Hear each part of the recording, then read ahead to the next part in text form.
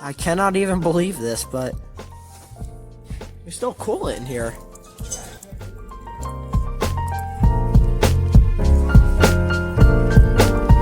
Okay, let's see if the bolt will come off with this. No way. It did it like it was nothing. Let's raise her up now. Am I fitted for NASCAR?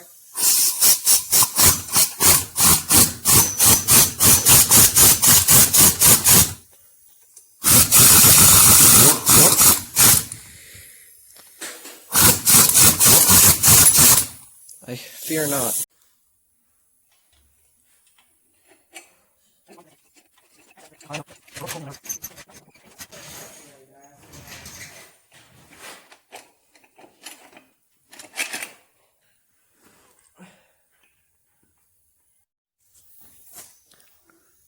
Alright, and something I like to see is that this crankshaft has no visible play in it.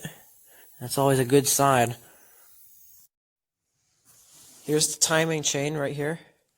Not sure what the right amount of slack looks like, but here's my slack right here.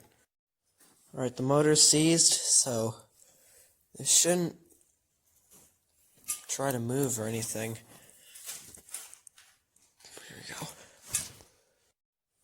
Alright, got that bolt loose, so this thingamajiggy should just come off the cam now. At least it should.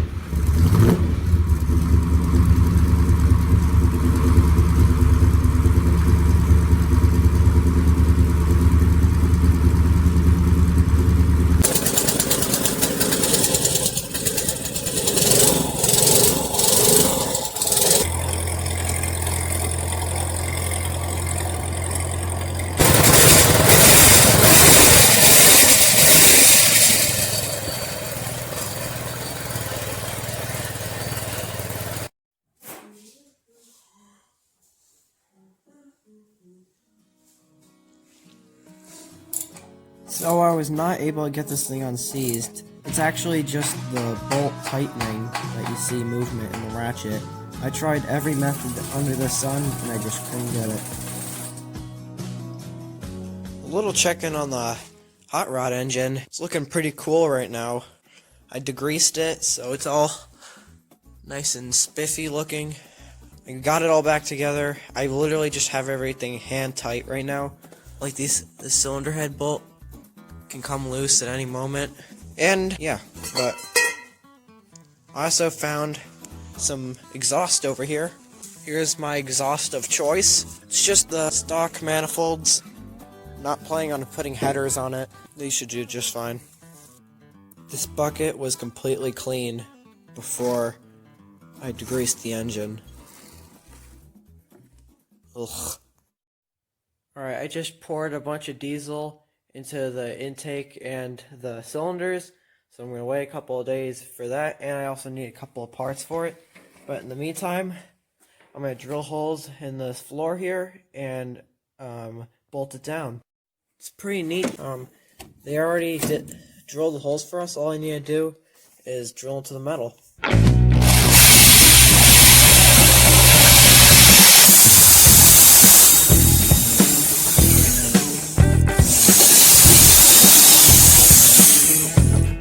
There you go. Right on the money. Here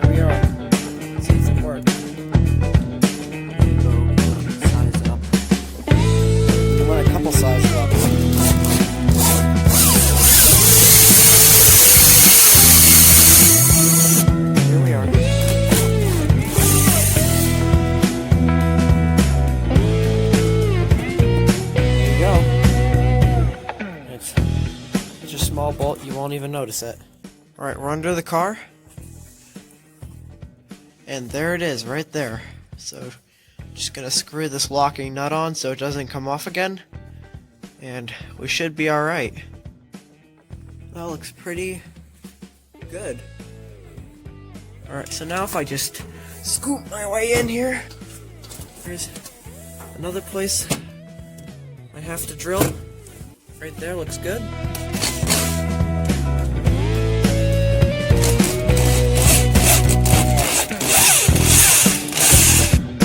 And this hole is drilled.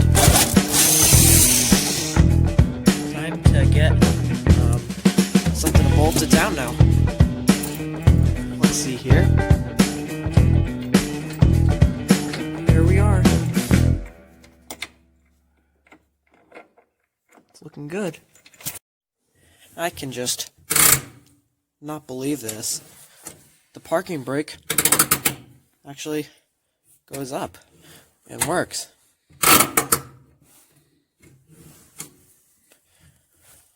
Let's see if they have rubber brake line for my 28 Dodge Brothers or a Victory 6.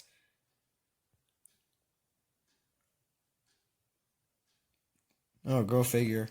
So I'm a little bit behind schedule with this because I was sick for a couple of days and I'm about a day and a half behind. So, juice into this thing.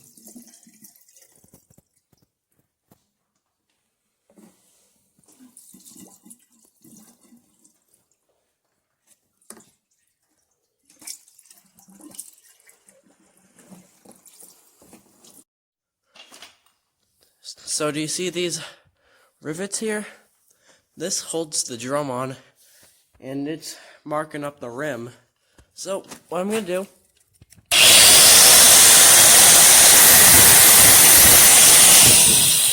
is just grind away on it. Alright, Hot Rod. What you got? Oh. Here it is.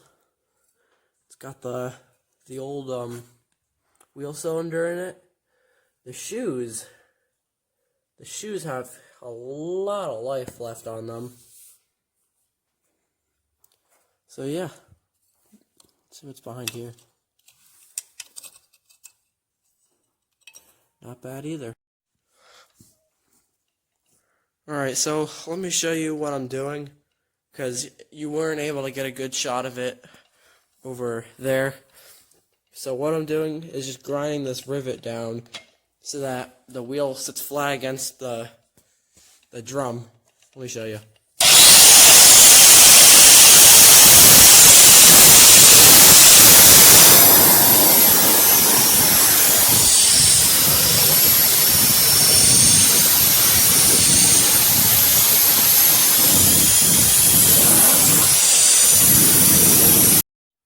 Alright, so I got all these things nice and evened down.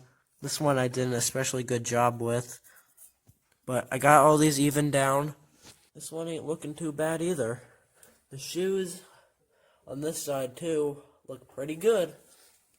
So that's promising. Alright, so this thing will probably need to be jacked up again. But this is the first time it's ever officially been on the ground in probably a couple of years. So, what I'm going to do is see if the steering components in this thing work. Alright, here's the axle. I can't read that because it's sideways, but I'll look at it later. So I find it really interesting what they did with this parking brake. They just used some stripped phone cord. Said, that looks good enough. Also, here's the underside, and for some reason they took out the compartment for the back seat and just left it blank. Weird to see. This thing has battery cables. This is the negative anyways. It's coming down on me. Let's take a look at this thing.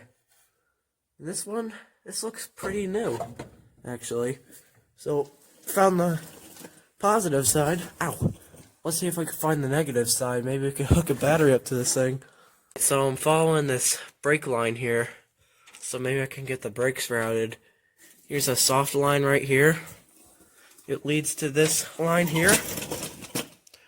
If I wiggle this line, it should wiggle over there. Yeah, it does. So just follow this brake line. This brake line goes down the body here. Instead of going to that T-post thing. Well, that's the old brake. So, right there, I can zoom in on it. Right there is the rear brakes. So, maybe I can get the brakes to work on this tonight. Probably not. But it's pretty interesting coming under here and seeing all this stuff. Alright, so it turns out if I put a battery on this, this wouldn't do anything anyways, because this right here, if I clean this off, you can see red on it. That is the battery terminal end. So, this wouldn't even do anything anyways. So, I just noticed a little bit of, rust here. So, just gonna pretend I didn't see that.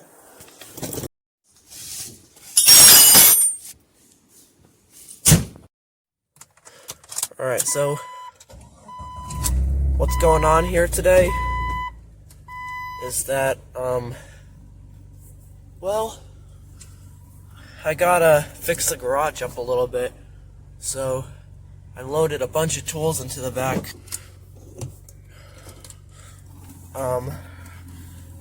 I gotta put them all back in the garage to clean up a little bit. I gotta put off the hot rod project for a little while because I'm awaiting some parts for it and whatnot. But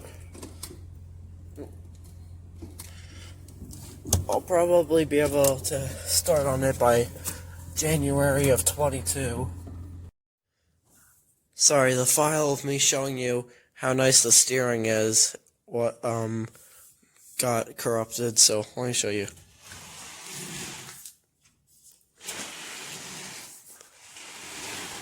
It's actually pretty light, but also the engine's out, so can't say that just yet, but the tie rod ends and stuff look like they work. Alright, let's take a look at the parts we got here for the Jeep. So here's the adapter for the radio, so we can put a nice Bluetooth digital radio in there. There's the other adapter.